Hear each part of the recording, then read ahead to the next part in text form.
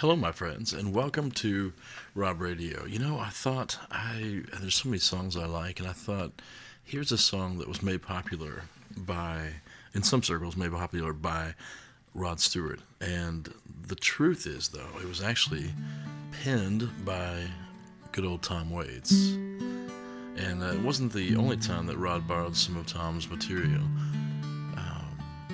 But this is, I think it's a great song.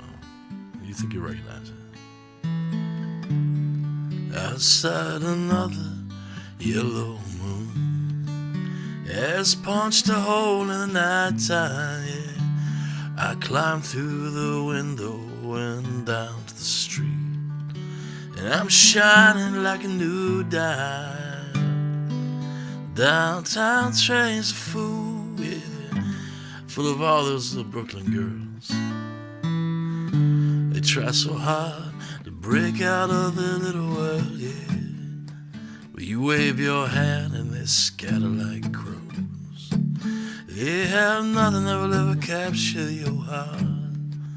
They're just thorns without the rose. But be careful of them in the dark. And if I was the one you chose to be your only one, oh baby, can't you hear me now? Can't you hear me now? Will I see you tonight on a downtown train? Every night it's just the same. You leave me lonely now. I know your window, I know it's late. I know your stairs and your doorway, yeah. I walk down the street past your gate. I stand by the light in the four-way, yeah. You watch them as they fall. Oh, baby, they all have heart attacks. Oh, they stand at the carnival, but they'll never win you back. Will I see you tonight on a downtown train? Every night's just the same. Oh, baby, will I see you tonight on a downtown train? All my dreams, yeah, they fall like rain. Oh, baby, on a downtown train, will I see you tonight on a downtown train? And all my dreams, they fall like rain. You leave me lonely still. Will I see you tonight on a downtown train? All my dreams, they fall just like rain. Baby, on a downtown train. On a downtown train. On a downtown train. So, Tom Waits, of course, is, when he sings it, it's more like, well, I do a pretty good Tom Waits. Here we go. Outside another yellow moon has punched a hole in the night time. Sounds like he gargles whiskey and razor blades. Always sounds like he's in a lot of pain when he's singing those songs. But at the same time, you'll be hard-pressed to find a more talented songwriter. Tom Waits, man. The thing is, he doesn't want you to like his music. I actually hung out with his drummer one time, and his drummer was telling me, we were playing it at the same festival, and his drummer was telling me that Tom would take a song into the studio, and it was a beautiful song, and he's like, all right, how can we screw this up? And I mean, it was his intention to take this beautiful melody, this beautiful song, and layer it with as many obnoxious and annoying sounds as he could, so that he could make it hard to enjoy. It's almost like the idea of dissonance in jazz. the notes, the harmonies that will harmonic notes that sound ear pleasing together, and then there's the dissonant notes that sound like a train whistle blowing, which that's like an E and a F together, So, but anyway, Rod Stewart was smart. Of course, he took that and made it into a hit. He recognized the value of the lyrics and the melody. And there's this little guitar part that I don't think it's in the Rod Stewart. If it is, it seems more subtle, but it's real stark in I think it might be Rain Dogs version of the Tom Waits album Rain Dogs. And it's like just over and over again. It's such a good lick. And of course you'll hear that in the Rod version, but the guitar part is just so barren that it stands out on the Tom Waits version. So I would encourage you to find that one for yourself. All right, so when we start talking about Tom Waits, we really are digging into great songwriters. I always thought if you want to be a good songwriter, well, if you want to be good at anything, look at somebody who's doing it better than you. And when you're first starting off, that's anybody. But you start narrowing down, like, what makes a great song? And since I'm teaching a songwriting thing tonight, it's good for me to talk about this stuff with you. What makes a great song to me? Of course, melody, that's important. Because I'm a lyricist, I tend to focus more on the lyrics. But the music is equally as important. I consider them hand in hand, and good to have both hands working in that situation. The music is going to set the mood. The melody is going to lead the way, and the words are going to bring it home. Maybe that's a better way to say it. So when I look at songwriters, I look at people like Paul Simon, like Sting, like Bono, U2. I look at Tom Waits. I look at, let me just pull up. I'm thinking of so many people right now. Just Cat Stevens comes to mind. Jim Croce. Who else? You can't say much without going back into the roots of country with Johnny Cash and with Willie Nelson. And you'll find that these names keep on getting tossed around. Leonard Cohen, for example, one of the greatest songwriters, in my opinion. Just when it came to the art itself, he was all about the art.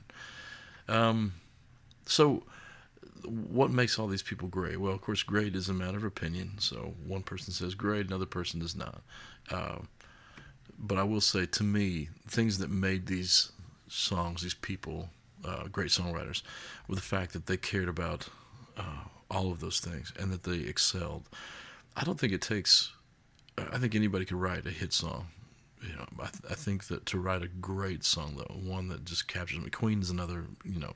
Freddie Mercury and those guys are another great example of songs that are powerful and in excess. There's another one, and Michael Hutchinson and Andrew Ferris wrote for In Excess, and some of their lyrics are just amazing, just absolutely amazing.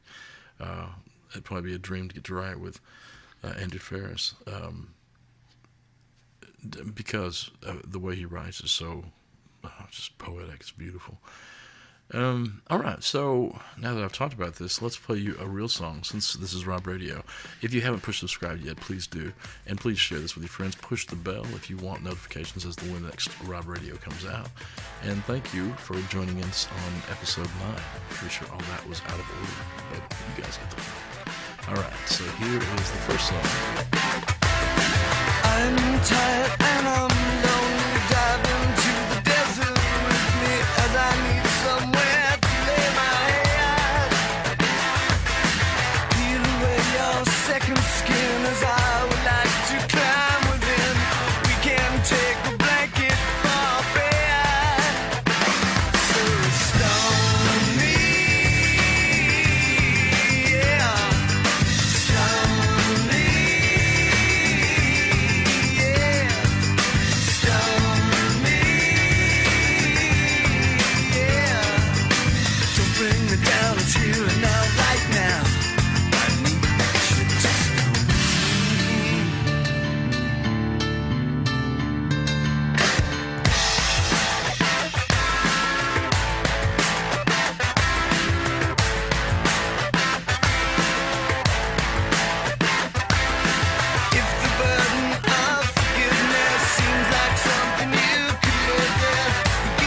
listen and come for a ride.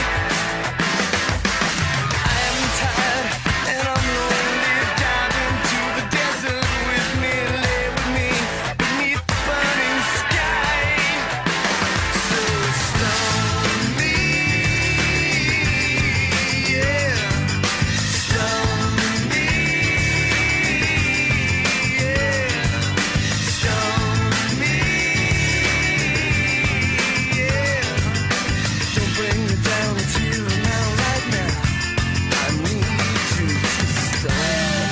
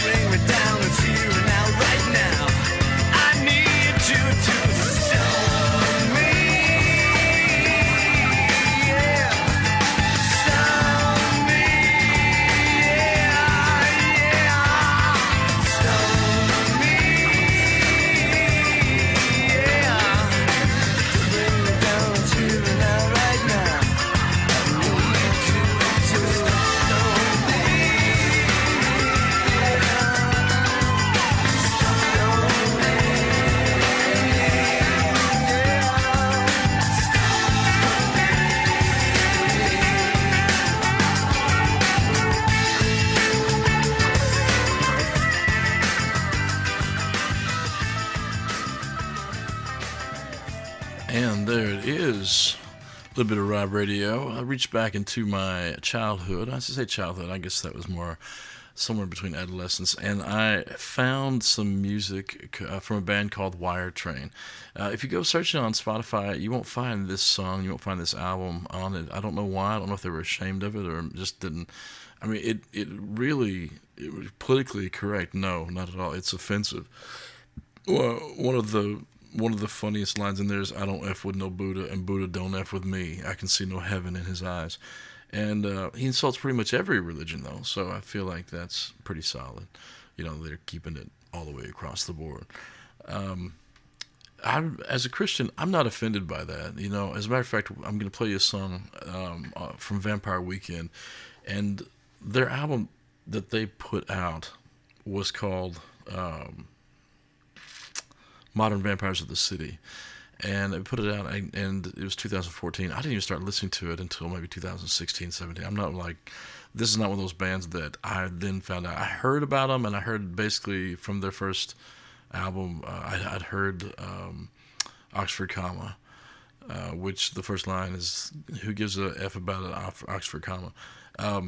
Which is funny and catchy, and the thing is, it sounded a whole lot like maybe they were trying to rip off Paul Simon. So I thought, well, you know, that's cool, but I'm not really into that right now. But the more I thought about it, though, the more I listened to it. Their second album was called Contra, and they had a song called Horchata, and it was actually my ringtone for a while. You know, in December, eating horchata. So they won me over because they continued being. I mean, if you're gonna mimic anybody, mimic Paul Simon. And these guys are phenomenal musicians. I think they all went to Berkeley or some music school together. So I should have done the research on that. But anyway, get into these guys. Wire Train, we go back and talked about Stone Me, that song Stone Me by Wire Train. These guys, the album was called No Soul, No Strain. And it came out when I was about 17, 18 years old. And the music on it really is good. The lyrics are obviously meant to provoke. But for some reason, I guess maybe they're, like I said, they're ashamed of it because I can't find it anywhere except for my own personal copies of it. So you got a little taste of that. Some Christians, they're like, well, how can you listen to music that has these things in it? And I'm like, that's like saying, how can you watch a movie that curses God? Because I can hardly find a movie anymore that doesn't curse God. And do we throw the baby out with the bathwater? Do we just say, okay, if this art at any time throughout its 2.5 hours uses God's name in vain or does something disrespectful that offends the Holy Spirit, do we throw the whole thing out? Or do we basically look at art as we look at life? I mean, I don't shut people out of my life whenever they disagree with me theologically.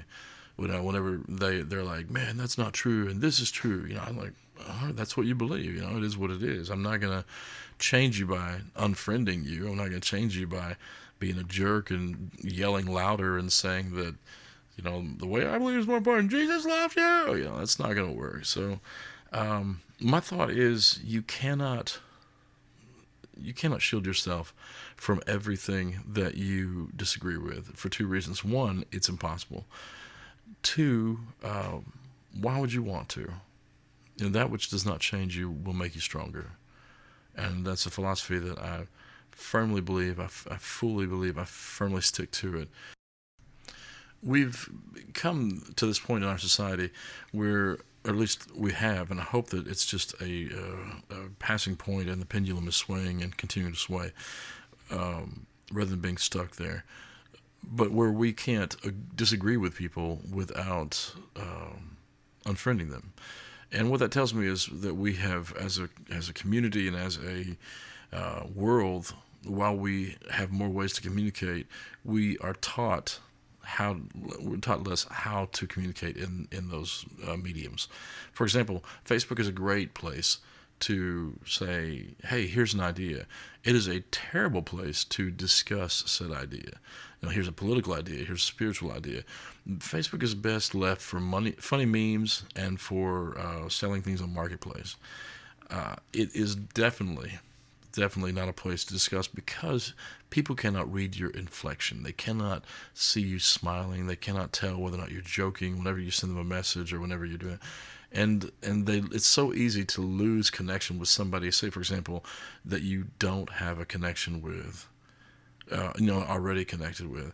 And it's happened to me. I'm sure it's happened to you. I'm sure we all have our stories about how Facebook was, I had a friend and now I don't have a friend because I said something that they took wrong. Well, let me tell you this straight up. There are things that you can say directly across the table, while sharing a pizza or coffee, that you cannot say on Facebook. You can't type them out and expect them to understand you. So if you can take away something from this, it's better just to pick up the phone and make a phone call. The other day, a good friend of mine and I got into it about something that was written down, and it's like all I had to do, I'm going to blame him for it, it was me. All I had to do was pick up the phone and communicate with him. But there's that communication, it was just the perfect storm brewed, and then we shut down, and finally we're like, you know what, we're grown, and it took like all of, a few hours to come to this realization. We're grown-ups, we love each other, genuinely love the guy's company, and I know he loves mine. And so it was so frustrating that we had gotten to this point where we were texting back and forth rather than just picking up a phone and calling and being like, oh, dude. And when we did, what happened? We were like, oh, dude, I'm sorry. And I'm like, no, I'm sorry. It's me. I should have communicated better. So the problem is a lot of times on Facebook, you don't pick up the phone and say you're sorry. The other person doesn't pick up the phone and say they're sorry. They just unfriend, they unfollow, and when they see each other, they carry that offense on into the real world if they ever see each other again. So in one way, Facebook and social media has connected us, and in another way, it's connected us to a new form of offense. So I actually have a song about that. I'm going to play that for you. It's called Offense, A Study in Human Behavior. So I'm going to do that right now. Here's Little ROBB Radio. Offense. To paraphrase Voltaire, common sense is most uncommon. Let me talk plainly about the word of offense, because I see it every day shown time and again. Not a football, basketball tournament event, just a hurt picked up and then someone runs with it. They run with it, roll with it, fun with it, flow with it, make a big fuss, y'all, everyone will go with it, but they ignore the ramifications, the damifications, the consequent of action without conversant litigation, based on no regard except self-justification. And still the ignorant are going to shout it, show the lack of education. I can't tell what's worse, is the ones trying to be cool and fit in with whatever the media says is important right now, or the hipsters who think they're trying to be ironic, which in fact still serves popular media's agenda, which in part is to distract us from the actual newsworthy events happening to do with our economy, legislation, true freedoms. Oh, I'm sorry. Did I ruin that for you? It's okay. You just go right back to staring at your phone. It's like scissors, like knives, running through their lives. They feed on the misery of other people's company, and oops, when they trip and the grip is gonna slip, they can feel as it swiftly impales their lips, and out spills the blood of 1,000 angry tongues, with no regard for some, just banging like a drum, clanging like a gong, playing like they're wrong, though no offense was done to the one who picked it up and carried it along in the first place. It's the worst case scenario, this ebb and flow. It's like a chain fool. You see, deceptive offense makes us slaves, embittered, falsely empowered, and then enraged, all because we lack the measure to discipline our pleasures. We hold the wrong thing as precious little treasures. So next time she said, he said, you said, I said, they said, we said, who said, ask yourself, is this my offense? Ask yourself, is this my offense to have, to hold, to worry, fret, and tarry? Do I make this my own? Is this something I should carry? If no, let it go. Back away real slow. Be wise, my friend, and leave it all alone. There's a time and a place to take offense, but be careful what you pick up and what you run with, because an enemy will define you even better than a friend. So take caution long before you take offense. Better yet, for the most part, let it go. Make like Elsa and let it go. That person that cuts you off in the parking lot, like you've never done that to someone else. Listen, life is going to offer you 101 million reasons to be offended today. Choose none of them. No offense, no defense, no foolishness, just common sense. Common sense. Of course, common sense I've found is most uncommon.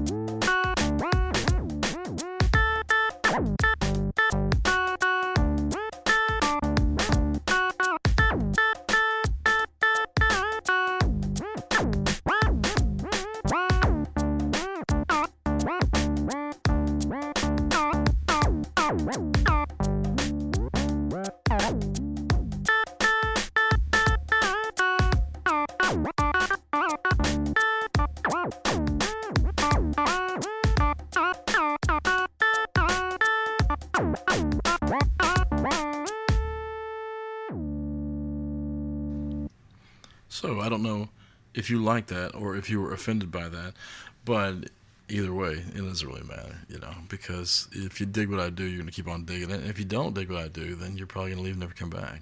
You see, that's kind of what happens with our lives. We find our tribe, and our tribe finds us, and then the heater kicks on because, let's face it, it's cold outside. And now the heater is off, so I did let it fill up the room with warm air first. Yeah, so we find our tribe, and our tribe finds us, and that's so much about what I think social media does do well at. We find our tribe. I just don't like to go to war with the other tribes, I mean, if you're not part of my tribe, that's okay. For example, the whole presidential debacle. I was going to call it a debate, but let's be honest, it's a debacle. It matters, but it doesn't matter, because life is going to keep on going until something absolutely crazy happens, and then it won't. I'm just saying the world's still going to turn. There were so many people that hung all their hopes and dreams on whether or not Hillary would get elected or whether or not Donald Trump would get elected. It's like, you know what? We're still here. We're still here. And if you don't like it, complain, I guess. Say, my dad always said, if you voted, you can gripe. So I'll stick with that. If you voted, you can gripe. That's a whole other topic I don't want to get into. Why not even talk about politics? Politics is just the modern-day gladiatorial fights in the Coliseum. That's all it is. The Coliseum is larger, and it takes billions of dollars to fight these fights. So, yeah, I don't even want to get started. So, what were we talking about? Yes, we were talking about music, Wire Train, and then, of course, my little spoken word piece, Offense, which you can find on my website. I think it's the only place to find it. No, it's on Spotify, too. But if you want to purchase it, take it home with you, and then make all your kids listen to it, or make all your adult friends listen to it, and then you can be ostracized, and it'll be okay. It'll be like, hey, man, I get where Rob's coming from. But back to the thing I didn't want to talk about, politics. That was back in 2016, and actually it was in 2015. I wrote a spoken word piece called "Forget 2016." Basically, just saying, you know who you're gonna vote for. Just forget it. Don't bother with the arguing. Don't bother with that. And trust me, nobody listened to what I said. everybody argued, and it was a pitiful, terrible, terrible thing. So here's for 2020. Just forget 2020. Stop stressing out about it. You know the things that you can take care of, like your health or your finances, the things that you can actually work into and attain and achieve. Then you do that. You do you, boo boo. That's what you do.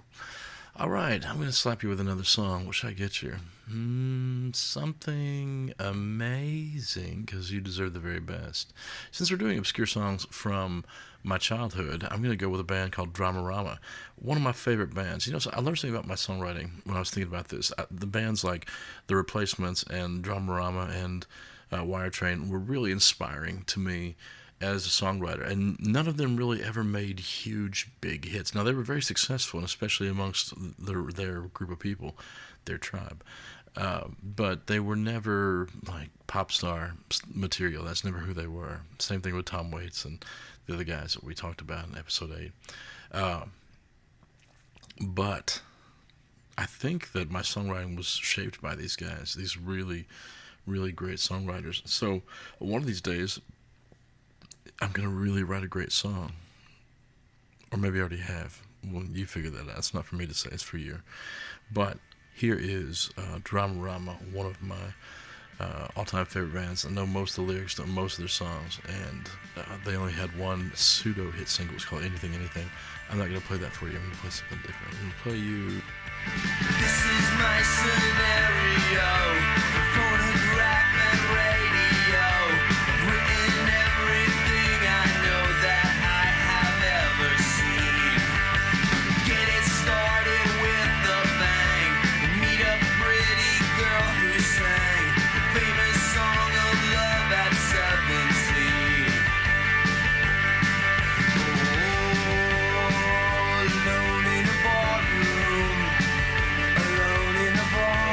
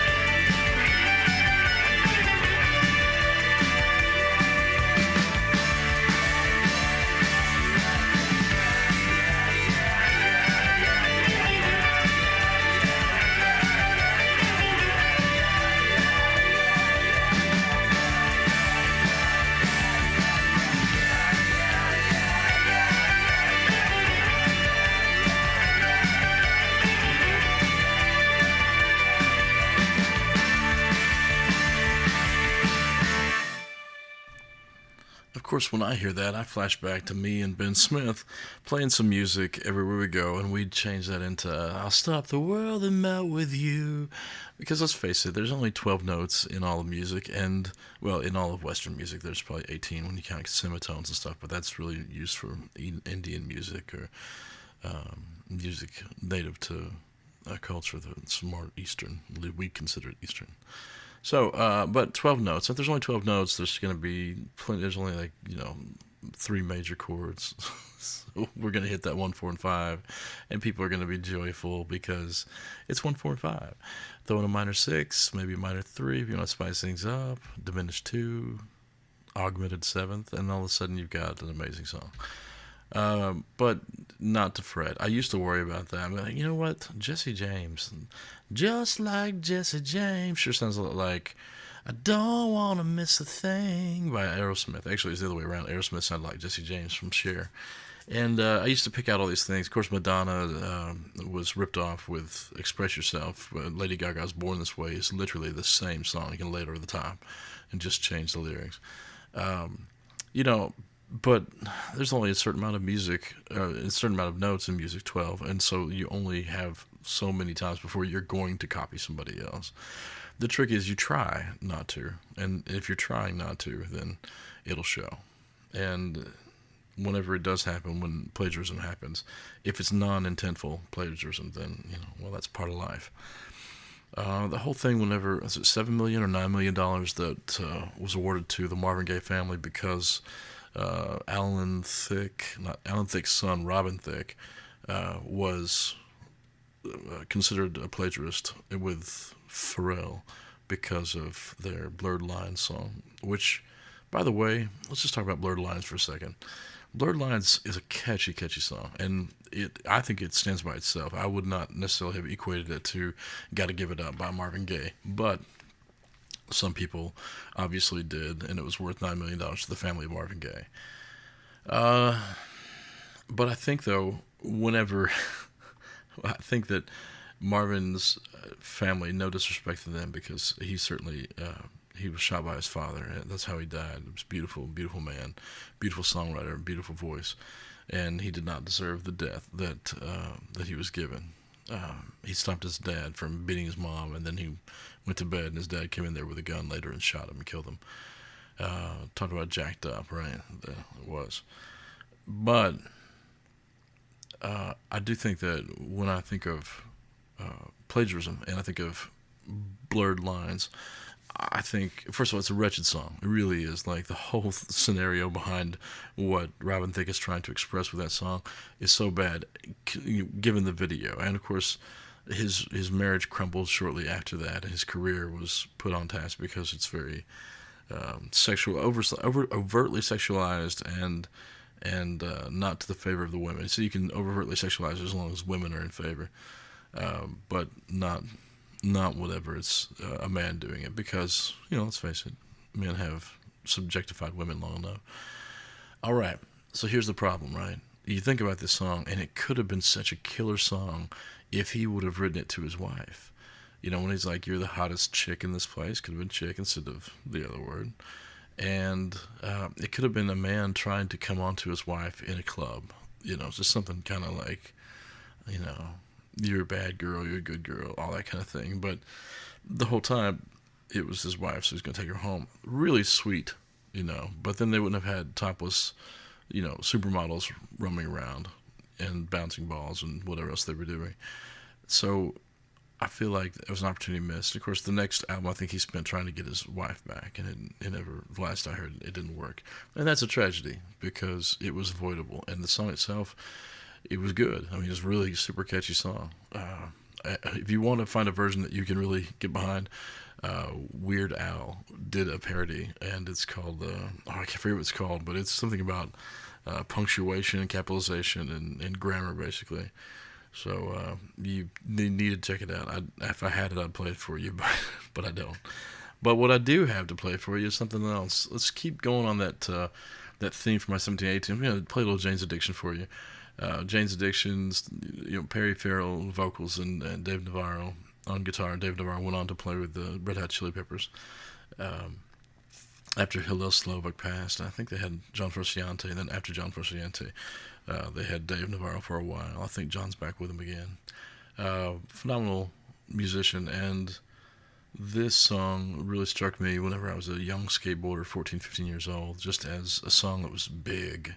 And I love the way the vocals echoed. I love the way the guitar was just huge, and the bass and the drums were amazing. So here's a little Jane's Addiction from the album Nothing Shocking.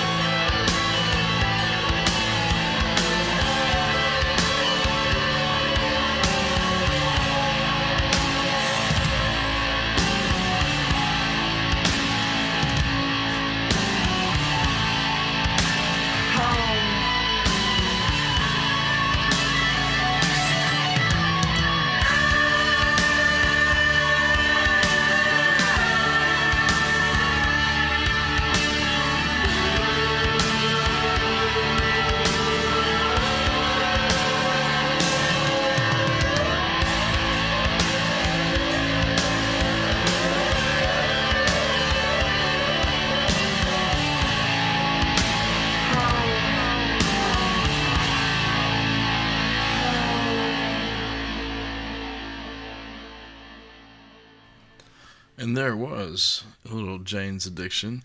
That was popped right out of, if I remember correctly, it was Nothing Shocking, and it's called Up the Beach.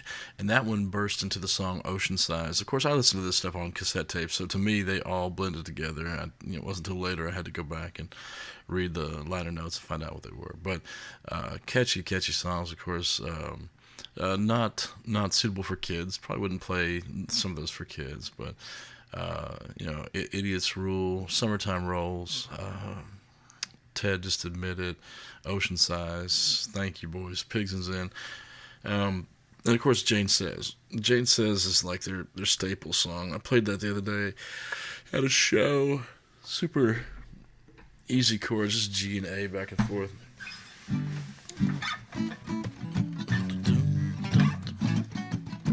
Jane says, see my wig around, I feel naked without it. She knows that I want her to go. That's okay, man, she don't like them anyway. Jane says I'm going away to Spain when I get my money saved. I'm gonna start tomorrow. I'm gonna kick tomorrow. Yeah, I'm gonna kick tomorrow. Do do do do do do do do do do